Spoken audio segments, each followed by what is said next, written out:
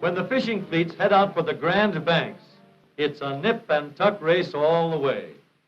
Every crew wants to be first on the fishing grounds, and the skippers will crowd on every inch of sail that the masts can carry, driving their boats to the limit. The Gloucester schooners are tough and seaworthy, and fast, even when their holds are filled with a record catch. They are working boats, these Gloucestermen, but even so, they've made their contribution to the history of speed on the water. And the principles worked out in generations of building Gloucester schooners have aided in the design of modern racing yachts. Of course, there have been many changes in building yachts for speed alone. Ranger, winner of the most famous of all yachting classics, the America's Cup race, exemplifies modern racing design at its best. She has a snubby bow, is full-bodied up forward, and has a low, gracefully extended stern. Her rigging has been scientifically improved. The working efficiency of the sails greatly increased through the application of the most advanced aerodynamic principles. And each increase in the power of the sails has thrown more of a strain on the mast. Surprisingly, Ranger's mast is hollow.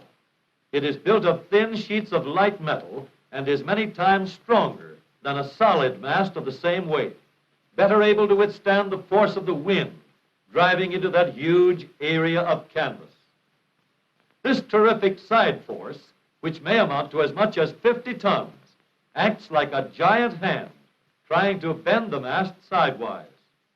We can see, by tightening the cables which help brace the mast, how this side force is counteracted. These cables, or stays as they are called, are fastened solidly to the deck and to the top of the mast. Now, if we put a model of a mast on a scale platform and attach the stays to a solid support, just as they were on the deck, we can see how the stays turn the side pressure on the mast into a downward force. Modern trains have been designed for maximum safety, even though weight has been reduced and speed increased.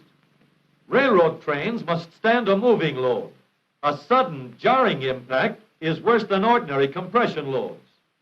Here again, for greatest strength and safety, the engineers who designed the modern train use a box girder running the length of the car as a keel. The Oakland Bay Bridge, a triumph of modern engineering, is another type of structure in which the same sort of strain is met. The engineers who built it used a design that will stand up under tremendous loads, and they say will still be safe for service 1,000 years from now. Into the construction of this heroic monument to our times went a vast amount of materials and millions of man-hours. Moving across the largest stretch of water ever bridged is a constant stream of automobile traffic. And supporting this weight and that of the double-deck roadway are the mighty cables of steel wire, exerting a powerful pull on each of the towers, which bear the entire weight. Now, here is an interesting point. In the morning, when the rays of the sun warm the cables and cause them to expand, the towers are pulled 6 inches toward the west. And when the afternoon sun shines from the west, the cables pull the towers 8 inches eastward.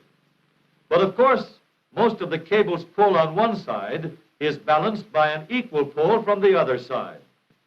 And as a result, both side pulls are turned into a downward push. If we could examine the huge girders that furnish the strength for the supporting towers, we'd find that they are hollow. And when automobile engineers needed the strongest design for a frame, it's not surprising that they, too, selected the same type girder that has proved its strength in trains, bridges, and yachts. Now suppose we try some simple experiments. Let's see how the box-type girder stands up under a sudden compression load, and compare it with the old-style open-face girder, shaped like a three-sided trough or channel. First, we'll put the old-style three-sided girder in our test stand. We'll use a fairly heavy weight and mark the spot where it starts its fall. Under a sharp falling load, the girder buckles. We can see in slow motion that it loses its hollow shape, flattens out, and no longer has strength to resist the bending.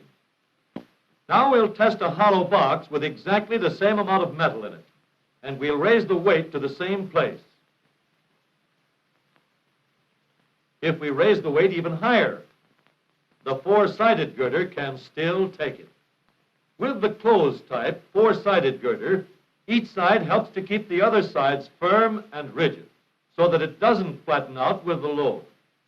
Using these dependable box girders, engineers have given us the modern motor car frame. Construction is simple and rigid, a strong backbone of steel.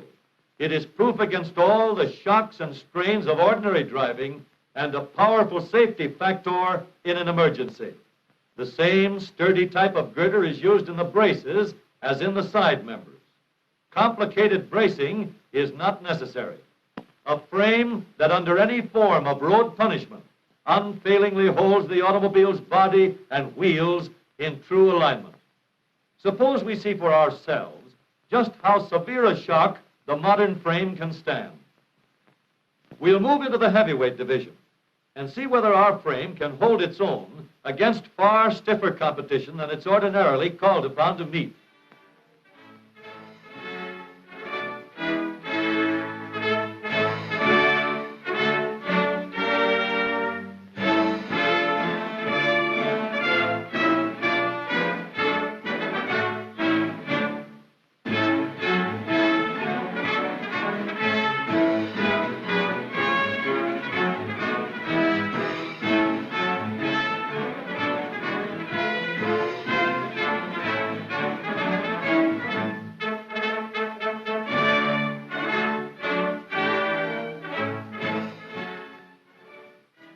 And for this test, we'll use specially constructed bumpers on the front and rear, fastening directly to the frame, firm and rigid as the frame itself.